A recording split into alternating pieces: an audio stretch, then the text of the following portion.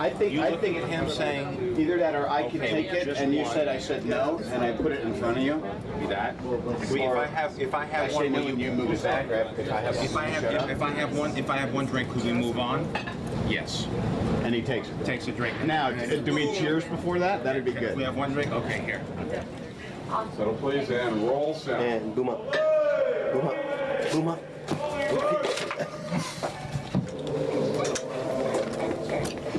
Okay. Ready and action. Honey, I hate it when we fight.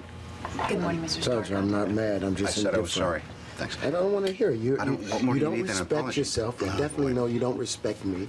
If John recognizes that the script is a skeleton, the comic book is a skeleton.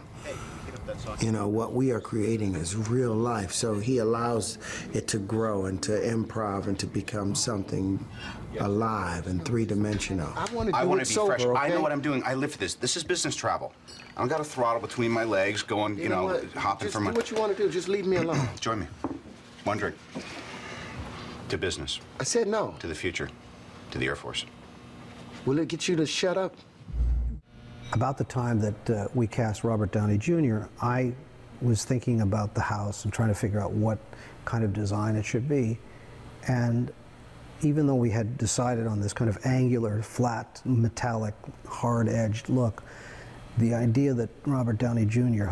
has he comes with a certain vulnerability with him, and it may sound strange, but we redesigned the notion of the house after casting him. I thought that he would be more suitable in something that architecturally mirrored who he was, a little softer inside, a little bit more susceptible, a little more vulnerable. There was a certain vulnerability about him, so I thought round is nice, and it's more elegant, and it just seemed a little bit more womb-like.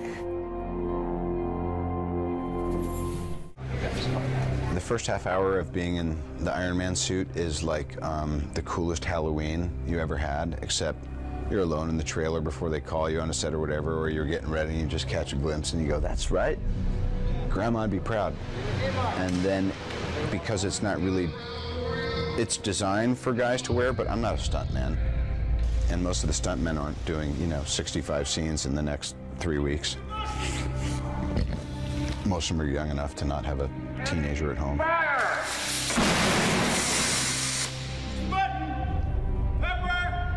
It was tough, and as we went further and further along, I realized I could wear the suit all the time, but I can't wear the suit all the time and be an effective actor. I'm sorry, did that interrupt your flow? I guess this is a draw. In the last couple of weeks of shooting, I was like, you know what? I made it this far. I need to sleep. I want to eat pasta. I don't care if I'm puffy tomorrow. Don't put me in a t-shirt, kiss my ass. I did all that stuff because then the job is you drop the saddlebags and you charge out of Dodge City, because you want to get out without getting your ass bit by a rattlesnake. Now it's time for both of us to go. That's the law of nature, Tony! Oh!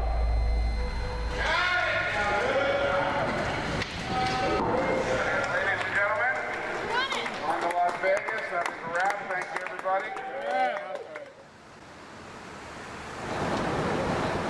Here we are out in front of Caesar's Palace, the third movie I've done here. And we're exhausted. We're doing a death split, which means you start at midnight and go into the next day. We tried to turn around. Everybody stayed up as late as they could, gambling and partying last night, and tried to sleep all day. I, for one, was not able to sleep all day. And I have to act and direct today. So this could all go to hell in a handbasket on our last day of principal photography. But here we are. This is the big finish line. We always knew that if we got here, we'd be in good shape. So it's a bit of a celebration. It's going to be a fun scene. We're going to start outside, then go inside, and here he is, Tony Starks. Tony Stark. I was just saying, we don't need sleep. We got talent. That's right. Work it, work it, work it. Winner! I'm just so proud of everybody and satisfied and the whole deal. I mean, in my psyche right now, it's that thing of like someone was saying the last day of high school, and you kind of just can't wait to throw your hat up, but then you're like, what am I going to do with the rest of my life?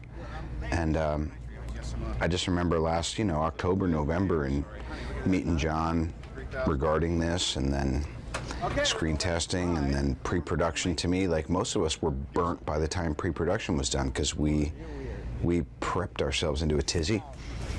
And then there's starting in the first 2 weeks in the cave, and then going to Lone Pine, and then it was Air Force Base. I mean, it's the problematic thing of looking at a schedule, or looking at what anyone looking at what their life is for the next 3 months. It's like, this can't be done. Thank you, everybody. That is a wrap. Every movie has its trials and tribulations. We did encounter a snowstorm in the middle of a desert in the cave scene, which was very odd. We did have sets that blew away and blew down, but it actually, the movie gods were with us most of the time. And while it was always daunting, it went fairly smoothly, which was great for our first production, very important for our first production. Ladies and gentlemen, John Favreau, director of Iron Man.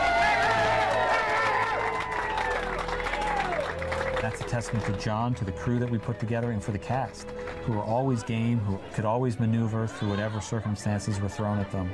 And, we did. We came in on time and under budget.